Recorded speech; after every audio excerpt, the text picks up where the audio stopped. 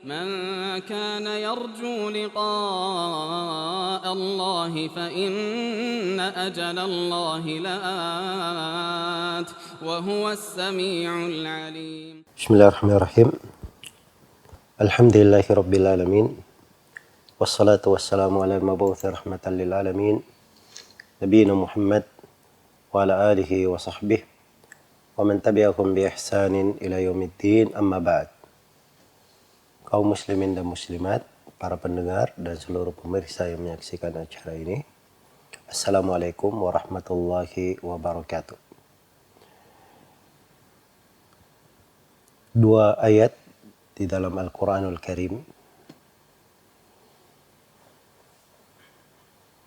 sangat mendalam kandungannya dan patut kita jadikan sebagai salah satu barometer kehidupan mengukur amalan-amalan kita. Karena di dalamnya terdapat perkara yang sangat berbahaya sekali apabila kita tidak memperhatikannya. Allah Subhanahu wa taala berfirman, "Man kana yuridul hayatad dunya wa zinataha nuwaffi ilaihim a'malahum fiha wa hum fiha la yubkhasun. Ulaika alladhina laysa lahum fil akhirati illa an-nar wa habita ma sana'u fiha wa batilum ma kanu ya'malun." Ini ayat yang ke-15 dan ke-16 dari surah Hud. Terjemahan makna ayat, man kana yuridul hayatad dunya, siapa yang menghendaki kehidupan dunia, wa zinataha, dan perhiasannya, gemerlapnya, nuwaffi ilaihim a'malahum fiha, maka kami akan sempurnakan pembalasannya untuk amalan mereka di dalamnya. Wa hum fiha la yubkhasun, dan mereka tidak dikurangi. Beri balasan sempurna, tidak dikurangi. Tapi ulaika alladzina laysa lahum fil akhirati illa an-nar. Mereka ini adalah orang-orang yang tidak ada bagiannya di akhirat kecuali neraka. Wa habita ma sana'u fiha, hancur amalan yang mereka lakukan di dalamnya, perbuatan mereka. Wa batilum ma kanu ya'malun, dan batal dari amalan-amalan mereka. Ini subhanallah dahsyat sekali terkait dengan orang yang beramal dengan amalan baik, amalan yang salih, amalan ketaatan. Tapi bersamaan dengan itu disebutkan tidak ada bagiannya di akhirat kecuali neraka. Hancur seluruh perbuatannya dan batil apa yang mereka lakukan. Masalahnya di mana? Karena dia maksudkan untuk amalannya perkara dunia. Tidak dia inginkan dengannya mengharap wajah Allah Subhanahu wa ta'ala. Dan ini perlu kita renungi. Apalagi bulan Ramadan ini, salah satu hikmah terbesar di dalamnya adalah seorang menjaga keikhlasannya, menjaga ketulusannya. Karena itu pahala puasa, sholat malam, menghidupkan Lailatul Qadar, dijamin dengan pengampunan dosa, itu ada syaratnya. Dikatakan imanan wahtisaban. Dia melakukan amalan-amalan itu karena keimanan dan semata mengharap pahala, itu keikhlasan. Karena itu puasa dikatakan rahasia antara seorang hamba dengan Allah. Karena puasa ini lebih mengarah kepada keikhlasan. Tidak ada yang tahu bahwa dia puasa. Hakikat dia puasa atau tidak cuma antara dia dengan Allah. Memang zahirnya kelihatan mungkin dia tidak makan, tidak minum. Tapi hal yang tersembunyi tidak ada yang tahu. Karena itu rahasia antara dia dengan Allah Subhanahu wa ta'ala. Hanya puasa ini mengajak untuk ikhlas. Dan dari pendidikan ikhlas, fikih yang mendalam yang harus dipahami adalah 2 ayat yang mulia ini, yang sangat mendalam kandungannya. Sangat dahsyat di dalam maknanya. Harusnya membuat kita berhati-hati. Jangan sampai kita beramal menghendaki dunia, menghendaki selain Allah Subhanahu wa ta'ala. Walaupun amalan saleh, amalan ketaatan, amalan baik, sholat, puasa, sedekah, tapi kalau tidak diinginkan dengannya wajah Allah, dia mengharapkan dengannya dunia dan gemerlapnya, maka seperti yang disebutkan di dalam ayat, tidak ada bagiannya di akhirat kecuali neraka, hancur seluruh perbuatannya dan batil seluruh amalannya. Nasallallahu al-afiyah wassalamah. Iya. Ini kata para ulama, ayat ini mencakup 4 golongan. Mencakup 4 golongan. Yang beramal amalan akhirat guna meraih dunia di dalam ayat, itu mencakup 4 golongan. Golongan yang pertama adalah orang yang beramal dengan amalan yang salih. Dia ikhlas dalamnya. Dia ikhlas di dalamnya. Tetapi dia mengharapkan dengan amalannya dunia. Mengharapkan dengan amalannya dunia. Contoh, dia misalnya puasa. Ikhlas dia puasa. Dia melakukannya sesuai dengan tuntunan Nabi dalam puasanya. Tapi dia puasa niatnya supaya badannya sehat. Supaya badannya sehat. Badan sehat itu bagian dari kehendak dunia. Bagian dari kehendak dunia. Iya. Maka ini masuk di dalam cakupan ayat.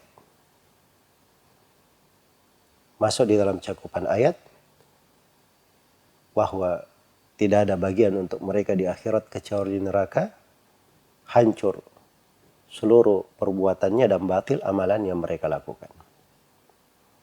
Iya. Hanya saya di sini mungkin ada hal yang perlu didetailkan. Iya. Yang pertama, ketika seorang itu melakukan ibadah, dia ikhlas dalam ibadahnya. Yang hancur amalannya itu adalah orang yang memang dia hanya mencari dunia saja. Iya. Hanya mencari dunia. Baik. Dan memang itu maksudnya. Maka ini jelas. Hal yang kedua, ada orang yang beramal di amalan saleh, dia ikhlas. Tapi dia menghendaki dunia karena memang di dalam hadits disebutkan atau di dalam ayat disebutkan pahala dari sudut dunia. Misalnya, siapa yang sholat duha di awal hari 4 rakaat, maka Allah akan cukupi perkaranya di siang hari. Ya, konteks dari hadits lebih luas ya, mencukupi perkaranya. Boleh dijaga, boleh diberi rezeki. Tapi ada banyak dari orang itu bahasa yang melekat di lisannya. Kalau ingin lancar urusan, terbuka rezeki, sholat duha di siang hari. Jadi dia sholat memang supaya rezekinya lancar. Dia pergi mau ke pasar, sholat duha dulu supaya lancar dagangannya di pasar. Atau dia keluar, ada bisnis, transaksi yang ingin dia lakukan, kontrak kerja yang ingin dia jalani. Dia sholat duha dulu untuk hal tersebut. Memang cuma dunia yang dia inginkan. Iya. Tapi dalam sholatnya dia ikhlas karena sholatnya. Tapi kehendak dia dunia ini merusak amalannya. Ini masuk di dalam syirik asgar. Masuk di dalam syirik kecil. Iya. Kalau dia semata dunia. Terus yang benarnya bagaimana? Yang benarnya dia beramal dengan amalan akhirat. Dia kehendaki dengannya akhirat. Adapun dunia yang dijanjikan pahala, itu tidak usah dia pikirkan. Tidak usah dia pikirkan. Jangan menjadi asas. Jangan menjadi dasar. Jangan menjadi dasar. Itu yang keliru kalau menjadi asas amalannya dan dasar dia berbuat. Dia sholat duha untuk dapat rezeki. Iya. Nah, itu dunia namanya.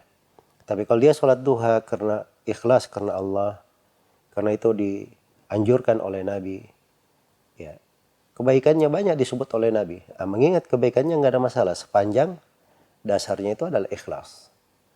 Karena itu Nabi Shallallahu Alaihi Wasallam sendiri bagi sahabat yang ikut perang itu dikasih jatah rampasan perang. Bagi sahabat misalnya di medan pertempuran dia mengalahkan seorang musuh, maka apa yang melekat di badan musuh itu menjadi miliknya. Itu kan dunia sebenarnya. Ya, tapi itu tidak dipermasalahkan karena asal mereka berjihad adalah untuk meninggikan kalimat Allah. Jadi sepanjang asalnya ikhlas, maka apa-apa yang dijanjikan dari sudut dunia itu memang dari rahmat dan kebaikan Allah. Tapi jangan menjadi dasar kita bertolak dan berpijak. Nah, ini masalah besar sekali. Fikih yang mendalam. Banyak orang yang keliru di dalamnya. Iya. Sekarang ini banyak orang-orang yang kurang fikihnya mengajari orang seperti itu. Bersedekah dengan satu mobil, nanti dapat 700 mobil di akhirat.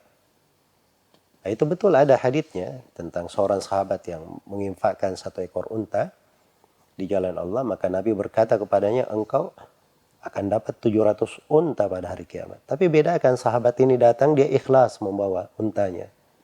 Dia mungkin tidak pernah berpikir sesuatu dunia. Tapi ini dia pengen dapat 700 mobil di dunia. Berinfak supaya lancar hartanya.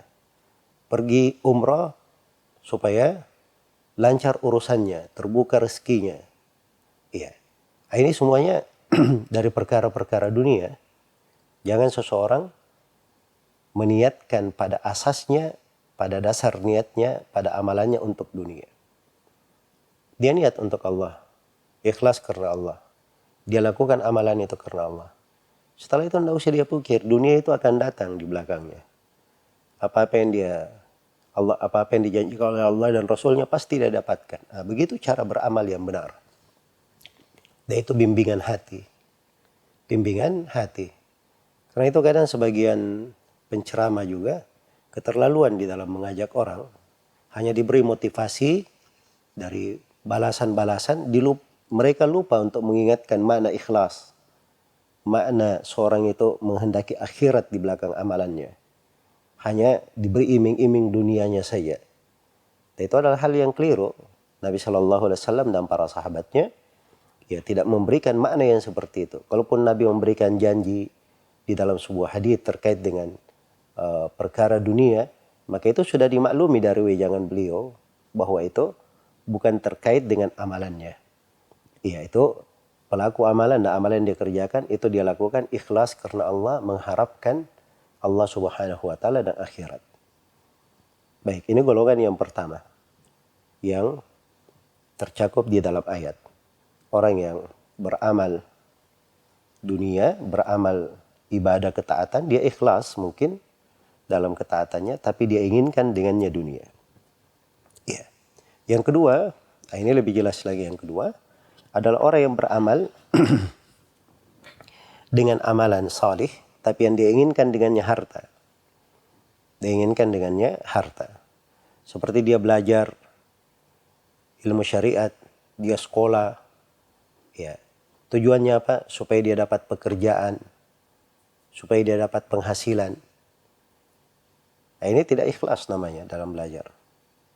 Orang belajar itu apalagi kalau ilmu agama, yang pertama untuk mengangkat kejahilan dari dirinya. Untuk meraih ridho Allah dan Rasulnya. Karena Allah cinta orang yang belajar. Allah tidak menyenangi orang-orang yang bodoh tidak belajar. Ya. Dia niat dengan niat yang baik. Kalau ternyata setelah dia belajar, dia ini orang-orang perlu kepadanya. lalu ada pekerjaan yang cocok untuknya, maka itu nggak ada masalah. Sebab dari asalnya dia tidak meniatkan untuk itu. Dan di dalam kehidupan ini, Allah Subhanahu wa Ta'ala tidak pernah menelantarkan orang-orang yang bertakwa, orang-orang yang lurus di atas jalannya. Karena itu, yang kedua ini adalah orang yang beramal dengan amalan yang salih hanya sekedar untuk mendapatkan harta. Untuk mendapatkan harta. Kemudian yang ketiga, yang masuk di dalam golongan ayat adalah orang yang beramal riya. Jadi kelihatan amalannya solid, tapi dia riya, ingin dipuji oleh manusia. Dan ini peringatan tentang bahaya riya. Peringatan dengan bahaya riya. Kemudian yang keempat, dan ini jelas masuk di dalam ayat, adalah orang yang beramal dengan amalan salih, tapi menyandang pembatal dari pembatal keislaman. Seperti dia musyrik, dia kafir. Tapi ada amalan salihnya. Ada orang-orang kafir gemar bersedekah, banyak berbuat baik, memberi pengobatan gratis, memberi bimbingan gratis, kemudian memberi santunan kepada orang-orang yang lemah, orang-orang yang kena musibah. Itu banyak terjadi, tapi kekafiran dan kesyirikan mereka itu menghalangi seluruh kebaikan itu untuk sampai kepada mereka. Itu sampai kepada mereka. Maka ini ayat luar biasa. Sangat dahsyat sekali. Man kana yuridu al-hayata ad-dunya wa zinataha nuwaffi ilaihim a'malahum fiha. Siapa yang menghendaki kehidupan dunia dan perhiasannya, Allah akan sempurnakan pembalasannya pada amalannya. Wa hum fiha la yubkhasun. Dan mereka tidak akan dikurangi. Ulaika alladziina laisa lahum fil akhirati illa an-nar. Mereka inilah orang-orang yang tidak ada bagiannya di akhirat kecuali neraka. Wa habita ma sana'u fiha wa batilum ma kanu ya'malun. Hancur seluruh perbuatan mereka dan batil amalan yang mereka lakukan. Dan ayat ini juga menjelaskan bahwa seorang itu kadang terfitnah. Jadi subhanallah, dari fitnahnya itu, kadang seorang beramal salih, dia hendaki dunia, Allah beri betul dunianya.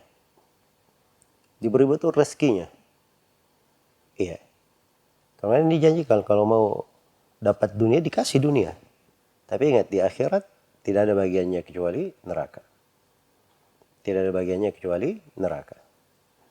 Man kana yuridul ajila ta'ajjalna lahu fiha ma nasha'u liman nurid, thumma ja'alna lahu jahannama yaslaha matmuman madhura.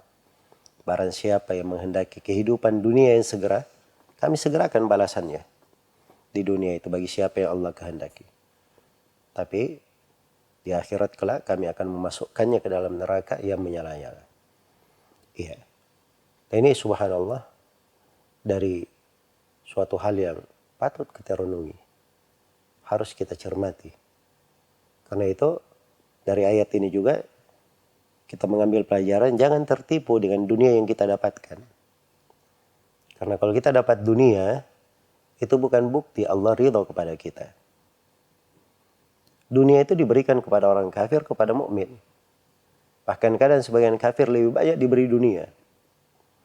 Lebih banyak diberi dunia. Tapi itu bukan bukti bahwa Allah cinta kepada mereka, Allah ridha kepada mereka. Iya. Yang menunjukkan ridha Allah kepada seorang hamba adalah keikhlasannya, adalah keimanannya, dan amalan salihnya yang dia lakukan karena Allah Subhanahu wa Ta'ala semata. Itulah yang dipuji di dalam banyak tempat di Al-Quranul Karim. Iya. Kemudian yang keempat, dari ayat ini juga terdapat dasar di dalam menimbang kehidupan. Bahwa yang diukur itu bukan fisik amalan, bukan zahir dari amalan. Yang diukur itu niat pada amalan kita. Ya, karena itu diperhatikan baik-baik terkait dengan niat ini. Tidak usah memperhatikan ucapan manusia. Apalagi di masa sekarang ini, orang-orang itu terlalu banyak memikirkan apa yang dikatakan oleh orang. Karena memang mainnya seperti itu. Mainnya di media, ya, selalu melihat komentar, memikirkan apa yang dikatakan oleh orang. Nah, ini dari hal-hal yang bisa merusak. Fisik amalan itu tidak diperlukan. Tapi yang diperlukan bukan menjadi pokok fisik amalan. Yang menjadi pokok yang diperlukan adalah niat orang yang beramal. Sepanjang fisik amalannya sudah sesuai dengan tuntunan Rasulullah SAW dan niatnya sudah lurus, maka barulah amalan itu syah, diterima untuk seorang hamba. Kemudian yang membedakan di ayat ini juga terdapat pelajaran bahwa kita harus pandai membedakan antara sesuatu yang dilakukan dengan niat menghadap wajah Allah dan sesuatu yang dilakukan dengan niat menghendaki dunia. Karena itu Nabi SAW pernah memberi contoh seorang hamba yang ikhlas. Diberi contoh orang yang berangkat berjihad. Dia ini niatnya adalah agar supaya kalimat Allah paling tinggi. Tidak ada masalah, dia dipasang paling depan, paling belakang, ya, di tengah. Dia malah tidak diikutkan peran cuma merawat orang, cuma memberi minum. Ya, itu tidak bermasalah, sama niatnya, sama pahalanya, sempurna. Karena kembali kepada niatnya itu, kembali kepada keikhlasannya. Dan itulah yang dijaga di dalam syariat kita ini. Iya. Dan ayat ini juga secara umum memberi kepada kita pembahasan fikih yang mendalam tentang pembatal-pembatal amalan, penghancur-penghancur amalan. Ada hal-hal yang bisa menghancurkan amalan kita. Seorang kadang beramal dengan amalan yang besar, amalan yang agung, bersusah payah di dalamnya, tapi subhanallah dia tidak dapat apa-apa. Karena dia melakukan hal yang menghancurkan amalannya. Apakah itu berupa kesyirikan, berupa riya. Ya seperti di dalam ayat ini, ada yang ayat ini mungkin masuk ke dalam syirik akbar, mungkin masuk ke dalam syirik asgar, syirik tersembunyi, tergantung jenis dari kondisi dan keadaannya pada 4 golongan yang telah kita sebutkan tadi. Iya. Demikian pula orang yang kalau dia sudah beramal, memberi kepada manusia, dia selalu mengungkit ya, apa yang diberikan. Dan ini semuanya masuk di dalam pembahasan penghancur-penghancur amalan. Dan itu fikih tersendiri. Ada pembahasannya di tengah para ulama. Perlu kajian tersendiri untuk hal itu. Agar supaya kita menjaga kualitas dari amalan kita. Iya. Jangan sampai seorang itu nanti menyesalnya di akhirat. Nasallallahu alaihi wassalam. Hal ataka hadithul ghashiyah. Wujuhu yawma idin khashiyah. Amilatun nasibah. Tasla naran hamiyah. Apakah telah datang, bukankah telah datang kepada engkau Nabi Muhammad berita tentang hari kiamat?